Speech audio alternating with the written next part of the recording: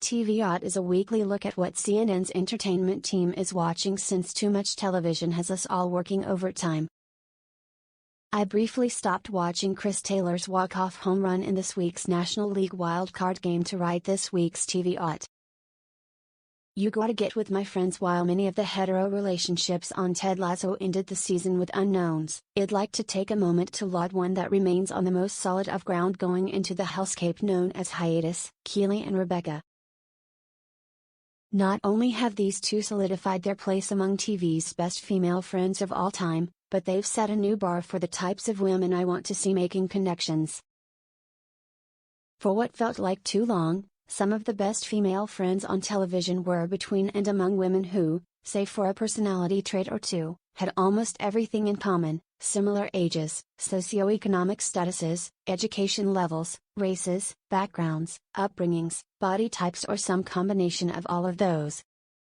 To some degree, that's fine.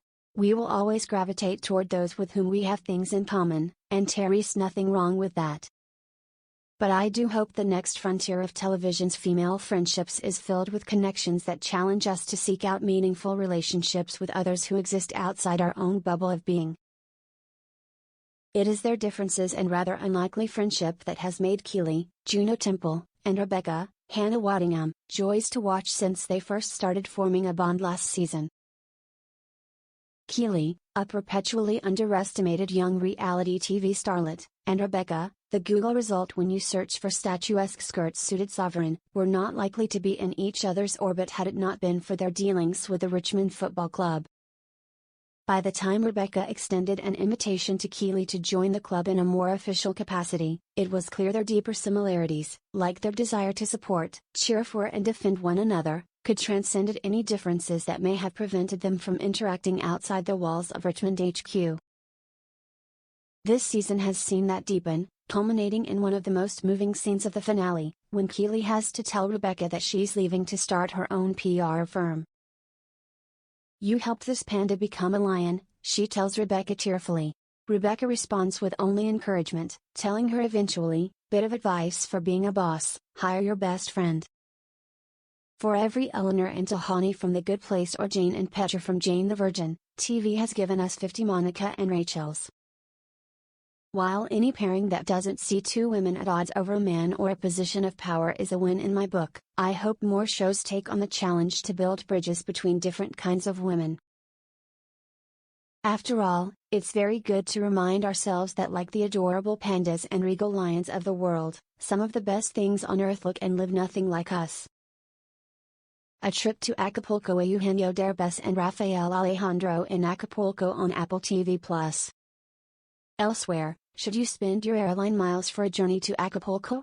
CNN's Brian Lowry has his take. As Ted Lasso finishes its season, Apple TV+ looks for its next big comedy, and Acapulco doesn't feel like it. Rather, it's an appropriately breezy but rather lightweight series, featuring Eugenio Derbez as a billionaire reminiscing about the origins of his success, tracing it to his time as a cabana boy at a posh Acapulco resort in his youth. Enrique Arrizon plays the young Maximo, whose mother sends him off to work saying, "Just promise me you won't let that place change you," while his sister accuses him of becoming another cog in the capitalist wheel.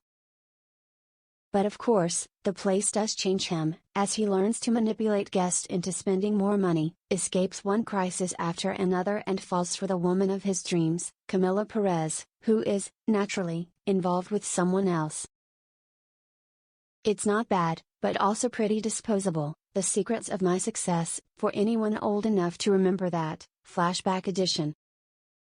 Sitcoms Getting Serious. The United States of Al is inspired by experiences of the Afghan and military veteran writers on the series who worked together to evacuate family members during the takeover of Afghanistan, according to CBS.